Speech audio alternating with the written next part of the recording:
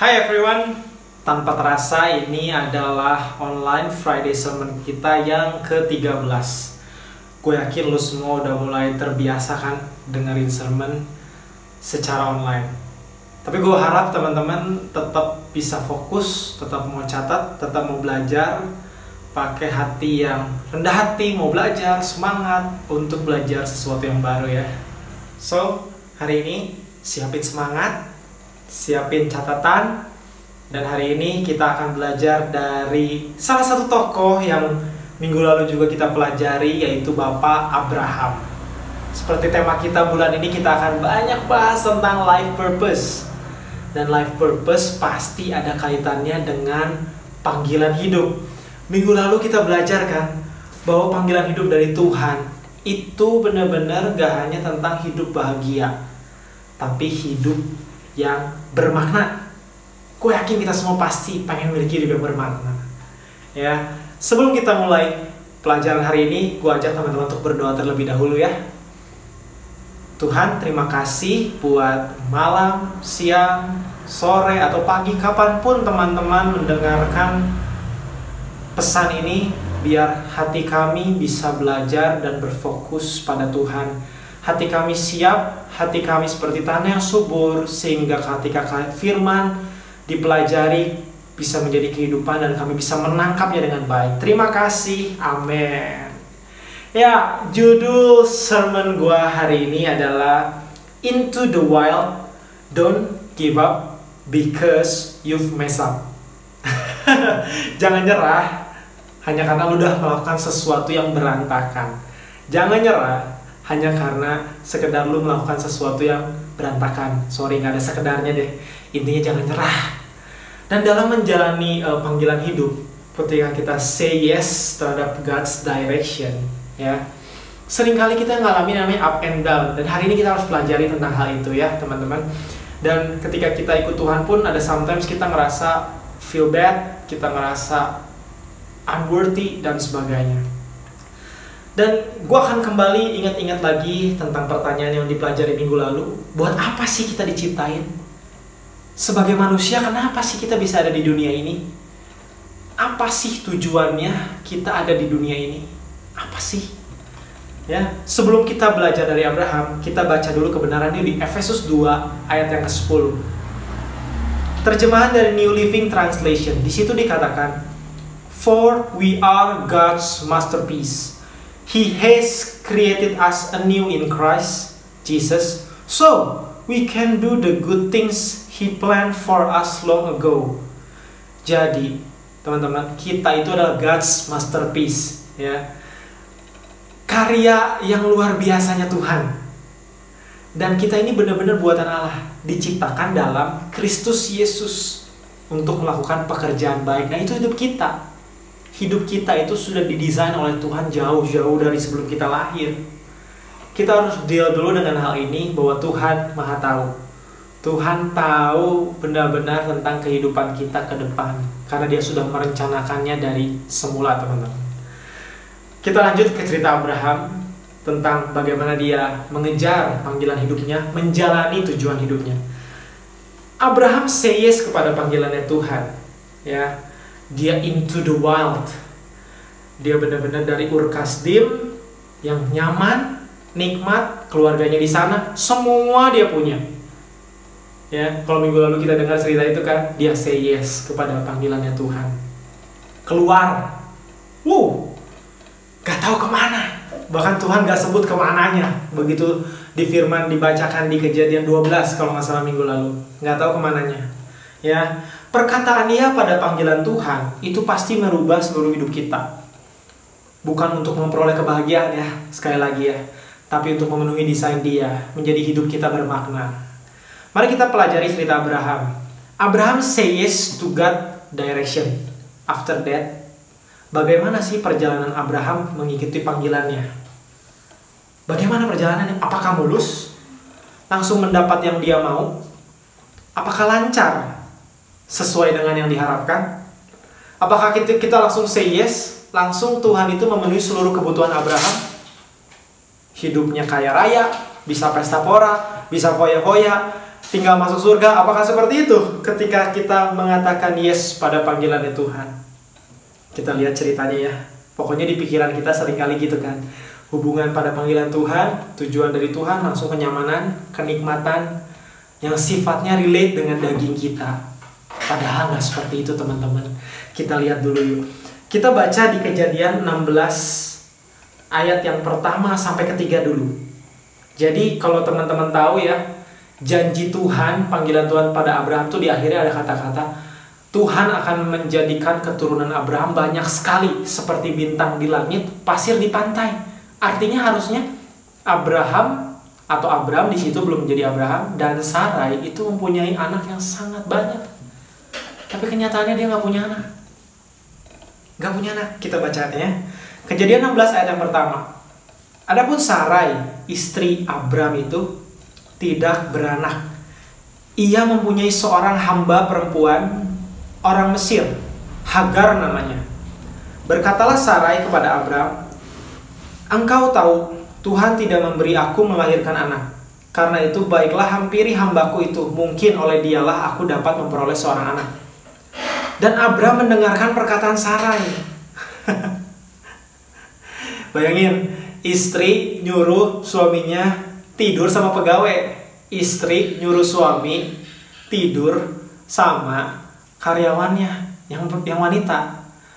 Gak sabar ini, Sarai lagi gak sabar. Sarai gak sabar. Kan janji Tuhan pengen cepet-cepet mereka punya keturunan yang banyak. Di sini usia Abram itu 85 tahun. Sarai gak beda jauh. Kebayang ya, usia 85, pasangannya masih juga ya around 10 tahun kalau nggak salah perbedaan usia mereka.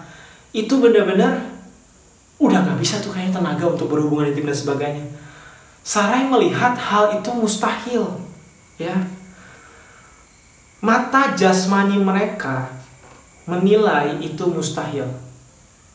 Mata jasmani Sarai dan Abram ketika Abram say yes itu mustahil, ya. Jadi kita lihat ayat yang ketiga. Lanjut yang tadi ya. Abram mendengarkan perkataan Sarai, ya, ayat yang 2 tadi. Dan ayat yang ketiganya, jadi Sarai istri Abram itu mengambil Hagar hambanya orang Mesir itu, yakni ketika Abram telah 10 tahun tinggal di tanah Kanaan, lalu memberikannya kepada Abram suaminya untuk menjual istrinya. Udah gak sabar tuh, ternyata 10 tahun menunggu. Udah deh, lu tidur aja sama pegawai gua, siapa tahu ini jadi anak dan keturunan banyak melalui ini. Ambil shortcut. Sering gak sih kita kalau udah ikut Tuhan pengennya shortcut, instan. Kenapa? Balik lagi, mata jasmani mereka menilai itu mustahil. Pasti mustahil. Yang namanya master plan-nya Tuhan, masterpiece-nya Tuhan, itu belum tentu bisa dimengerti 100% langsung oleh cara pikir manusia. Cara pikirnya Tuhan, planning-nya Tuhan gak pernah langsung bisa dimengerti oleh manusia karena pikiran kita terbatas. Sedangkan pikiran Tuhan tidak terbatas, teman-teman. Ya, mereka nggak mau nunggu lagi seperti cerita ini ya. Sarai nggak mau nunggu lagi. Udah Abram, lu udah tidur aja sama pegawai gua. Berpikir janji Tuhan itu mustahil, sulit. Ya, berapa sering kita gitu sih? Aduh, hari-hari gini ya, mengenali masterpiece-nya Tuhan, desainnya Tuhan, pengen fit in sama plan-nya Tuhan. Udah gak relevan deh, sekarang gue sibuk sekolah, mending cari yang fun. Ada banyak yang seru deh, game-game lain seru deh. Apa gitu, game-game di HP, film dan sebagainya, itu masih lebih oke, cari yang fun aja lah. Mengenali panggilan Tuhan, tujuannya Tuhan. Nggak zaman, mustahil. Zaman now gitu loh. Ya, sering gak sih kita berpikir gitu? Mustahil lah, kita cari yang relevan aja deh. Padahal di situ sebetulnya adalah uji ketaatan. Apakah ketika dia belum melihat hasilnya, Abram dan Sarai tetap taat, tetap percaya? Ya, ini adalah sebuah kesalahan. Kita harus benar-benar simpulkan ini adalah sebuah kesalahan. Dan kita lihat yuk cerita berikutnya. Kejadian 16 ayat 4. Ya. Abram menghampiri Agar, bener deh, disamperin. Lalu mengandunglah perempuan itu. Ketika Hagar tahu bahwa ia mengandung, ya, budaknya tahu nih, dia ngandung, maka ia memandang rendah akan nyonya itu. Memandang rendah si Sarai. Wajar dong, si Hagar berpikir, yes, tuan gua udah nunggu lama-lama punya anak, dapat anaknya dari gua. Udah deh, ternyata yang jadi nyonya besar jadinya gua deh. Wajar dong Hagar berpikir gitu. Ayat berikutnya, lalu berkatalah Sarai kepada Abram, penghinaan yang kuderita ini adalah tanggung jawabmu. Akulah yang memberikan hambaku ke pangkuanmu. Tetapi baru saja ia tahu bahwa ia mengandung, ia memandang rendah akan aku. Tuhan, kiranya yang menjadi hakim antara aku dan engkau.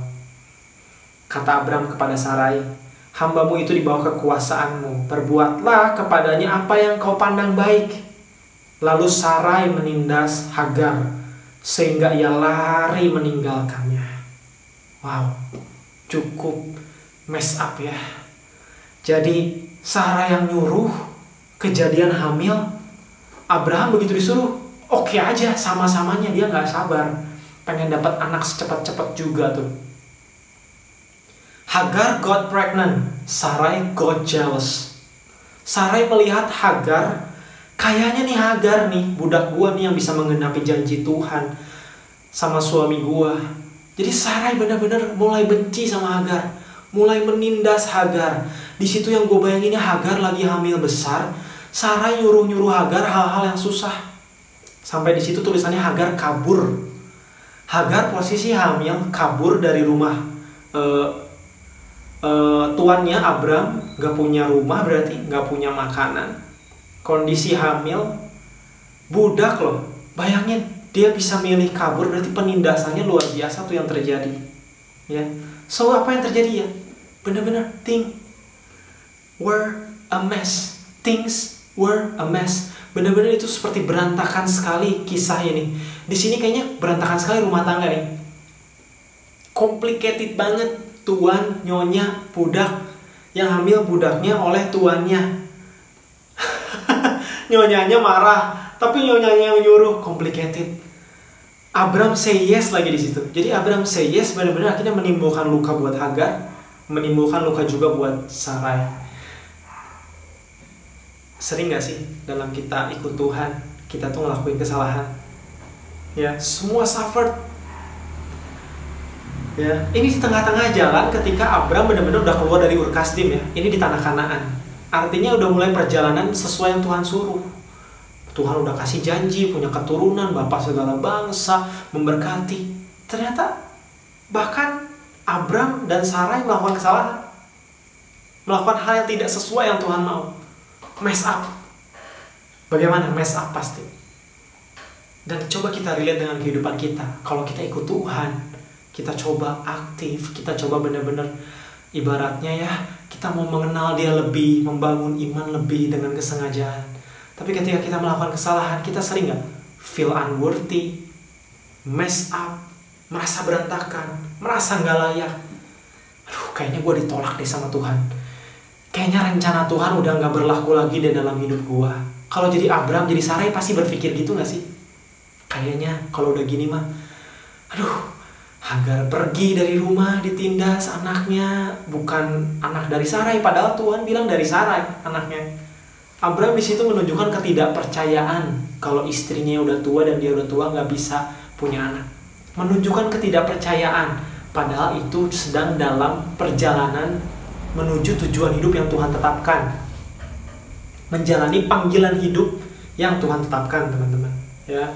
Ketika kita feel unworthy, ketika kita mess up, sering gak sih kita gak mau datang lagi ke gereja, gak mau berdoa, gak layak, gak mau bahas-bahas lagi hal rohani, merasa kurang suci, merasa kurang layak. Ya, bagaimana dengan janji Tuhan, bro, sis? Aduh, enggak deh, Tuhan-Tuhanan lagi, enggak lah. Udahlah, normal hidup aja. Give up? Iya udah, nyerah aja deh sama panggilan Tuhan, rencana Tuhan, udahlah, normal aja. Sekarang kita sekolah, nanti kuliah, kerja, kalau punya pasangan, syukur-syukur ada yang mau gitu ya. Nikah, punya anak, udah biasa aja. Padahal ayat tadi jelas di awal Tuhan bilang kan, kita adalah masterpiece-nya Tuhan. Ayo, Tuhan selalu punya rencana besar dalam hidup kita sejak sebelum kita dijadikan. Ya. Tapi tahu gak sih, pas gue baca kisah ini ya, gue melihat sesuatu yang besar terjadi dalam cerita ini dan gue menyimpulkan satu hal yang luar biasa. Simpulannya gini, perbuatan kita, perbuatanmu, perbuatan gua tidak bisa cancel rencana Tuhan. Begitu juga dalam cerita ini, perbuatan Abram dan Sarai tidak cancel rencana Tuhan. God still use Abraham in spite of his terrible decisions. Ya. Bahkan kalau kita lihat, rencana Tuhan tetap jadi begitu dahsyatnya dalam kehidupan Abraham dan keturunannya, teman-teman. Pasal berikutnya di ayat 17, 15 tahun kemudian, bayangin, Abraham umur 100 tahun. Dia melahirkan seorang anak dari Sarai, namanya Ishak. Wow! Abraham tetap menggenapi rencana Tuhan. Dari Ishak lahir Yakub, Israel. Benar-benar banyak keturunannya. Ya. Loh. Berarti dosa kayak gitu nggak apa-apa ya? Kok nggak apa-apa ya berarti ya? No. Itu apa-apa banget. Jangan berpikir setiap kita melakukan kesalahan, ketidakpercayaan kita pada Tuhan itu hal kecil. No, itu juga big deal sebetulnya. Tapi itu tidak bisa cancel rencana Tuhan dalam hidup kita, teman-teman. Nggak bisa cancel rencana Tuhan dalam hidup kita. Itu besar, ya. Ada konsekuensinya tentang hal itu yang kita nggak bahas di konteks ini. Ada konsekuensinya yang ditanggung dengan kejadian di mana Abram menghampiri Agar itu ya. Tapi yang mau kita tekankan di sini adalah perbuatan kita nggak bisa cancel rencana Tuhan. In other words, God says to Abram, nothing you do will change who I am. Ya, jadi iman kita dan pengenalan kita akan Tuhan, ya, itu lebih penting daripada kesalahan kita. So kita harus mengenal Tuhan lebih, sehingga Tuhan yang benar-benar besar, hanya perbuatan Dia saja yang bisa menggenapi rencana Dia. Jadi kita tuh hanya alatnya, teman-teman. Ya. Dari ayat ini kita juga lihat respon Abraham luar biasa ya. Padahal ini perjanjian lama loh, teman-teman. Kehidupan ribuan tahun sebelum Yesus, ribuan tahun sebelum Paulus. Tapi Abraham sudah melihat bahwa Tuhan itu adalah Tuhan yang penuh kasih karunia. God's full of grace, God's gracious. Dia udah melihat God's gracious, God full of grace. Ya, kita lihat yuk ayatnya di Efesus 2 ayat 8 sampai 9. Di situ dikatakan, for it is by grace you have been saved through faith, and this is not from yourselves, it is the gift of God, not by works, so that no one can boast. Sebab oleh karena kasih karunia kita diselamatkan oleh iman, by grace through faith. Ya, bukan hasil pekerjaan kita. Jadi tidak ada yang memegahkan diri. Abraham seakan-akan menggenapi ayat ini gak sih? Abraham benar-benar bapak orang beriman. Padahal dia ngelakuin salah loh. Abraham punya banyak salah. Abraham bahkan di sebelumnya kalau dibaca ya, dia berdusta juga loh waktu dia lagi di Mesir. Tapi Tuhan tidak cancel rencananya. Bahkan terjadi sesuai perkataannya Tuhan. Tuhan tahu persis. So di sini gue mau simpulin adalah dalam mengerjakan panggilan Tuhan, mengerjakan apa yang Tuhan mau, tujuan hidup yang dari Tuhan, supaya hidup kita bermakna. Fokus utama kita, teman-teman, bukan pada perbuatan kita, tapi pada kasih karunia-Nya. Kita perlu kasih karunia Tuhan, tapi pada His grace, tapi pada perbuatannya. Apalagi kita mengenal perbuatannya dalam Yesus Kristus. Abraham di perjanjian lama ini hidup ribuan tahun sebelum Yesus, teman-teman. Tapi Abraham sudah mengenali sifat Tuhan yang penuh kasih karunia ini. Sifat Tuhan yang benar-benar penuh pengampunan ini. Ya. Paulus tulis Efesus ini ribuan tahun setelahnya. Bahkan setelah Yesus hidup, meninggal, Yesus gak pernah ketemu Paulus. Di Efesus ini, Paulus menulis seperti Abraham sudah tahu gitu. Amazing. Ketika gue belajar ini, wow, luar biasa banget. Makanya Abraham disebut dengan bapak orang beriman. Kita akan belajar sangat diberkati bulan ini dengan cerita tentang Abraham. So, ketika kita taat pada panggilan Tuhan, minggu lalu kita belajar, kita say yes pada panggilan Tuhan. Iman yang kecil, mau terus hidup dalam Tuhan.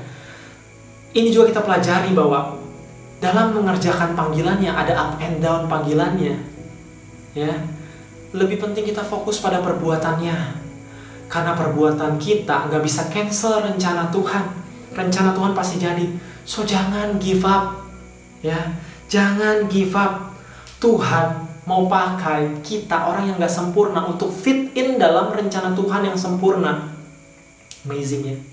Tuhan penuh kasih karunia, Tuhan penuh kasih. Dimana Tuhan mau pakai kita yang gak sempurna, yang imperfect, dalam rencana Dia yang perfect. So terakhir, don't give up because you have messed up. Jangan nyerah kalau dalam kita menjalani ngikut Tuhan. Kita aktif dan sebagainya, kita udah mulai mengalami Tuhan, tapi ketika sesuatu terjadi tidak baik, jangan menyerah hanya karena kita melakukan kesalahan.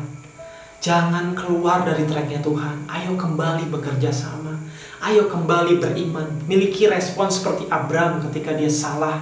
Dia tetap percaya bahwa Tuhan tetap akan menggenapi planningnya dalam hidupnya, ya. So terakhir gue mau punya pertanyaan. Hari-hari ini, apakah lu pernah merasa pengen mundur dari Tuhan? Karena lu melihat perbuatan lu gak oke? Perbuatan lu sepertinya tidak layak, unworthy? Atau apakah lu pernah pengen mundur dari Tuhan, dari rencana Tuhan, dari planningnya Dia, dari masterpiece yang Tuhan telah desain, hanya karena lu melihat teman-teman lu juga melakukan hal yang tidak oke sesuai dengan penilaian lu? Gue mau bilang hari ini, stop judging yourself. Stop judging others. Ayo berhenti menghakimi dirimu sendiri. Berhenti menghakimi orang lain. Ayo kembali pada rencana Tuhan. Ini tentang Dia. Dalam kita mengerjakan up and down, mengalami hidup ikut Tuhan, sebagai murid Tuhan pun, kita perlu Tuhan. Bukan pakai kekuatan sendiri. Efesus tadi bilang, jangan ada yang memenggahkan diri, ya. Ingat bahwa Tuhan tidak pernah merubah rencananya hanya karena tindakan kamu yang tidak sesuai. Gue sering ketemu beberapa temen yang bilang, enggak deh, gue kayaknya udah gak mau lagi kok ikut tertanam dalam komunitas. Gue gak mau ikut lagi deh, karena gue melihat diri gue kayaknya udah gak oke. Gue marah sama diri sendiri, gue feel guilty, gue gak layak. Bahkan dia juga yang bilang, gue sebel sama orang gereja, orang ini sama aja lah. Yang penting berbuat baik. Hey, come on. Bukan yang terpenting buat baik. Yang paling penting kita say yes pada panggilannya, sehingga kita bisa memiliki hidup yang bermakna. Bukan sekedar berbuat baik, tapi hidup sesuai dengan masterpiece-nya Tuhan, ya. Hidup dalam Injil yang Tuhan sudah beritakan, hidup menikmatinya, ya. So don't give up because you have messed up. Ingat, Tuhan gak pernah cancel rencananya dalam hidup kamu hanya karena perbuatanmu. Tuhan gak pernah cancel master plan-nya dalam hidup kamu hanya karena perbuatan kamu. Begitu juga saya, dalam perjalanan gue juga sering ngalamin gitu. Gue tuh udah melayani, udah coba banyak share ke anak-anak muda, tapi gue kok masih sering ngelakuin dosa, ya, masih sering jatuh dalam dosa, ya. Gue tuh sering ngerasa gak layak, gue ngerasa mess up, gue sering masih gak sempurna gitu ngalamin, rasa aduh kok gini ya. Tapi gue ingat lagi, ini bukan perbuatan gue. Ketika gue feel guilty, gue lagi fokus sama perbuatan gue. Padahal harusnya ini tentang Tuhan. Fokus kembali pada His masterpiece, yaitu karya salibnya yang menyucikan gue, menguduskan gue, apapun itu. Tidak pernah menggantikan keselamatan yang udah Tuhan sediain dalam hidup gue. Terakhir gue mau bilang, kalau lu adalah orangnya hari-hari ini pernah ngalamin ingin mundur karena perbuatan lu atau perbuatan orang lain, gue mau bilang don't give up, because God never give up on you. Ya, seperti Abraham, mari tetap percaya. Gue harap teman-teman belajar sesuatu hari ini dalam kita menjalani panggilan hidup, menikmati Tuhan bersama dengan Tuhan, sampai kita bisa tetap ditemukan setia. Apapun kondisi, kita tetap percaya. Yes, by grace through faith. Mari kita berdoa, teman-teman. Terima kasih Tuhan buat saat ini kami bisa belajar tentang kami gak mau menyerah. Kami bisa belajar tentang perbuatan kami tidak bisa mengubah rencana Tuhan, tidak bisa cancel rencana Tuhan. Tuhan tetap akan menggenapi rencananya. Biar kami mengerti ini Tuhan, ini bukan tentang kami tapi tentang Tuhan. Terima kasih Tuhan, terima kasih. Biarlah kami bisa tetap setia, biarlah kami bisa tetap mengerti dan mengenal Tuhan, jalan-jalan-Mu Tuhan. dan melakukan bagian kami, yaitu membangun iman dan mengenali kebenaran yang seharusnya kami terus hidupi Tuhan. Biar kami boleh menjalani panggilan dengan penuh sukacita, karena Engkau yang mengerjakannya dalam kami. Terima kasih Tuhan, terima kasih. Dalam nama Yesus. Amin. See you next time. Jangan lupa go back to your community. Mari bertumbuh bersama-sama. Blessings to you.